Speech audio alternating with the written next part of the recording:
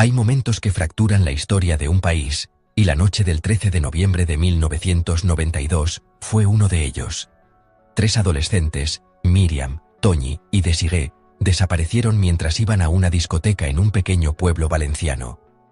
Eran solo unas niñas, llenas de vida, recorriendo los paisajes familiares de su juventud. En las horas asfixiantes que siguieron a su desaparición, el amor de un padre se transformó en una fuerza imparable. Fernando García, el padre de Miriam, se negó a aceptar la pasividad y los retrasos burocráticos.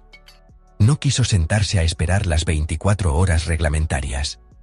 Sabía, con la certeza desgarradora de un padre, que cada segundo era precioso. Su valentía no nació de la ausencia de miedo, sino del poder abrumador del amor paternal. Fernando no esperó instrucciones ni permisos. Se convirtió en el motor de la búsqueda, en la voz que se negaba a ser silenciada. Mientras otros podrían haberse derrumbado bajo el peso de una incertidumbre tan dolorosa, él canalizó su desesperación en una acción incansable. Imprimió miles de carteles con la cara de su hija, junto a la de sus amigas, y los pegó en cada pueblo y ciudad que pudo alcanzar. Organizó batidas ciudadanas, coordinando voluntarios que peinaron los campos y naranjales del paisaje valenciano.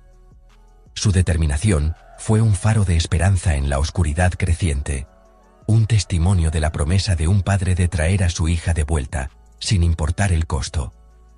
Su energía era contagiosa, transformando una tragedia local en una causa nacional. Su liderazgo no era algo que buscara. Le fue impuesto por las circunstancias y por su propia determinación inquebrantable. Fernando García se convirtió rápidamente en el portavoz de las 3 familias, una figura de integridad y fortaleza ante un dolor inimaginable. Comprendía, quizás mejor que nadie, el poder de los medios de comunicación. Tocó las puertas de los estudios de televisión y de las redacciones de los periódicos, con el rostro marcado por la preocupación pero la voz firme y clara. Hizo que todo el país sintiera su angustia, convirtiendo la búsqueda de las niñas de Alcácer en un titular diario. España miraba, contenía el aliento y rezaba junto a él. Logró unir a millones de desconocidos en un sentimiento compartido de urgencia y empatía. El sacrificio personal fue inmenso desde el principio. Cada aparición pública era una herida fresca, un recordatorio de la ausencia de su hija.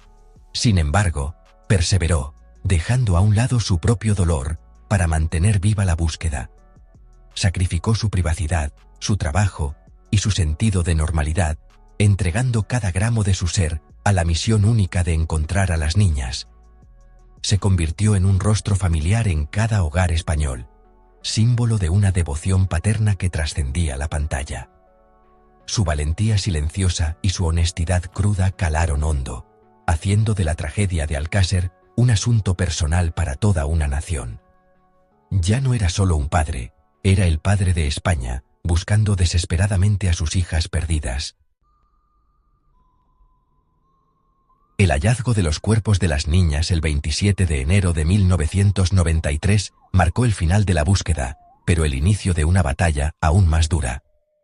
Durante 75 días agónicos, Fernando García se aferró a una mínima esperanza, la creencia desesperada de que podría encontrar a su hija con vida. Esa esperanza fue brutalmente extinguida en el frío y desolado paraje de La Romana. Para cualquier padre, esto sería el punto de quiebre definitivo, una caída al infierno privado del que no hay salida. Pero para Fernando, el descubrimiento de la terrible verdad no fue un final. Fue un catalizador. Su dolor, tan profundo como era, alimentó una resolución aún mayor, la lucha por la justicia. Había prometido encontrar a su hija, ahora prometía descubrir la verdad detrás de su asesinato. Mientras la nación lloraba, el enfoque de Fernando se agudizaba. Se negó a permitir que su hija y sus amigas se convirtieran en una estadística más. El alivio inicial de encontrarlas, incluso en las circunstancias más horribles, fue rápidamente reemplazado por una tormenta de preguntas. La investigación oficial señaló a 2 hombres, Miguel Ricard y Antonio Anglés, como los únicos responsables. Pero para Fernando, las piezas no encajaban. Había inconsistencias, cabos sueltos y una narrativa que parecía demasiado simple para la complejidad del crimen. Su sacrificio personal continuó, ahora en el ambiente frío de juzgados y despachos legales. Canalizó su dolor no en el recuerdo silencioso, sino en una exigencia pública e incansable de una explicación completa de lo sucedido. Su lucha se volvió solitaria en ocasiones. Los mismos medios que amplificaron sus súplicas de ayuda comenzaron a cuestionar sus motivos. El público que simpatizaba con el padre doliente empezó a cansarse del activista encruzada. Pero Fernando siguió adelante, sin dejarse amedrentar por los cambios en la opinión pública. Veía su lucha no solo como una búsqueda personal por su hija Miriam, sino como una cruzada por una sociedad más justa, una en la que los poderosos no pudieran esconderse tras verdades convenientes. Era un hombre enfrentándose al abismo, no solo de su pérdida personal, sino de un sistema que sentía que le fallaba a él y a la memoria de su hija. Estaba dispuesto a quedarse solo, si eso significaba honrar su compromiso con la verdad. Esta nueva etapa de su viaje exigía otro tipo de valentía. Ya no era el valor desesperado de la búsqueda, sino el coraje frío y calculado de quien se enfrenta al poder establecido. Tuvo que navegar el laberinto legal, desafiar opiniones de expertos y enfrentar el escrutinio de una sociedad que solo quería cerrar ese capítulo horrible.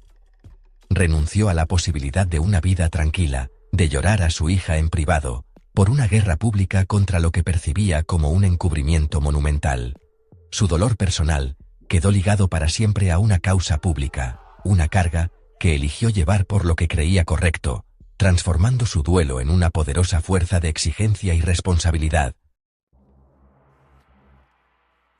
La desconfianza de Fernando García hacia la versión oficial pronto se transformó en una auténtica contrainvestigación. No era abogado ni detective, pero era un padre con la convicción inquebrantable de que no se había contado toda la verdad. Junto al controvertido criminólogo Juan Ignacio Blanco, comenzó a desafiar públicamente las conclusiones de la policía y la justicia. Señalaban lo que consideraban irregularidades evidentes en las autopsias, contaminación de la escena del crimen y pruebas que sugerían la implicación de más personas, individuos poderosos y adinerados que estarían siendo protegidos. Este era un camino peligroso, que lo enfrentaría directamente a las instituciones más poderosas del Estado. Su plataforma se convirtió en los programas de televisión nocturnos, especialmente Esta noche, cruzamos el Mississippi. Allí, bajo la presión de los focos, Fernando y Blanco exponían sus teorías alternativas. Hablaban de conspiraciones, de vídeos snuff y de una red de sádicos actuando con total impunidad. Para millones de espectadores, estas apariciones resultaban electrizantes. Convirtieron un caso criminal en un thriller nacional, una saga de bien contra mal en tiempo real. Fernando se transformó en un gladiador del prime time, armado con documentos y fotografías, desafiando a jueces, fiscales y forenses. Fue acusado de sensacionalismo, de explotar su propia tragedia, pero para él era la única forma de mantener la presión. Esta cruzada tuvo un coste personal y legal enorme. Ya no era solo un padre doliente ante las autoridades, era un alborotador, una piedra en el zapato del relato oficial. Enfrentó demandas por calumnias y difamación de altos cargos y agentes, a quienes acusó de negligencia o complicidad. Fue arrastrado por los tribunales, no como una víctima en busca de justicia, sino como un acusado. Aún así, incluso ante la derrota legal y la condena pública de muchos sectores, su determinación no flaqueó. Cada batalla legal parecía reforzar su creencia de que se acercaba a una verdad que alguien quería mantener enterrada. Su transformación de símbolo de unidad a figura de división era total. El padre que había unido al país ahora era acusado de dividirlo con teorías conspirativas. Se enfrentó a periodistas que antes habían sido sus aliados, a policías en quienes había confiado y a un sistema judicial que sentía que lo había traicionado. Su lucha era solitaria y agotadora, el testimonio de un hombre dispuesto a arriesgarlo todo, su reputación, sus finanzas y su salud emocional, por una verdad que seguía fuera de su alcance. Era un hombre poseído por una sola pregunta, que lo consumía por completo. ¿Quién mató realmente a su hija? Y no descansaría hasta encontrar la respuesta. Han pasado más de 3 décadas desde aquella oscura noche de noviembre, y aún así, el caso Alcácer se niega a desaparecer de la memoria colectiva de España. Esta relevancia persistente es, en gran medida, el legado directo de la lucha incansable, y a menudo, polémica de Fernando García. Se negó a que el caso quedara archivado y olvidado. Lo mantuvo vivo por pura fuerza de voluntad, asegurándose de que los nombres de Míriam, Toñi y Desirée no se perdieran en los archivos polvorientos de la crónica negra española. Su cuestionamiento constante de la verdad oficial plantó una semilla de duda que ha seguido creciendo con los años, impidiendo cualquier cierre fácil y obligando a la sociedad a mirar una y otra vez uno de sus capítulos más oscuros. Hoy, en el año 2026, la batalla por la verdad de Alcácer ya no se libra en los programas nocturnos de televisión, sino en el vasto y conectado mundo de las redes sociales y las plataformas digitales. Las teorías y preguntas que Fernando García planteó han encontrado nueva vida en Internet. Los podcasts diseccionan las pruebas, canales de YouTube analizan las grabaciones del juicio y foros en línea albergan intensos debates entre defensores de la versión oficial y partidarios de la conspiración. El caso se ha convertido en un fenómeno viral para una nueva generación, una que no vivió el impacto inicial, pero ha heredado las preguntas que Fernando nunca dejó de hacer. Su cruzada sentó las bases para una investigación digital que continúa hasta hoy. El impacto de su activismo cambió la manera en que la sociedad española ve la justicia y los medios de comunicación.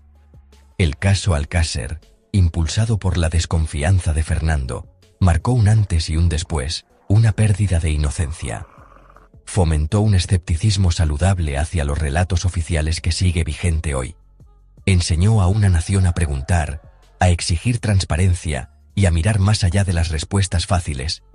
Su lucha demostró el inmenso poder de un solo ciudadano para exigir cuentas a las instituciones, aunque eso significara convertirse en un paria. Su legado no se limita a los detalles del caso Alcácer, sino que representa la lucha constante por la verdad frente al poder, un tema que sigue resonando con fuerza en nuestro mundo moderno.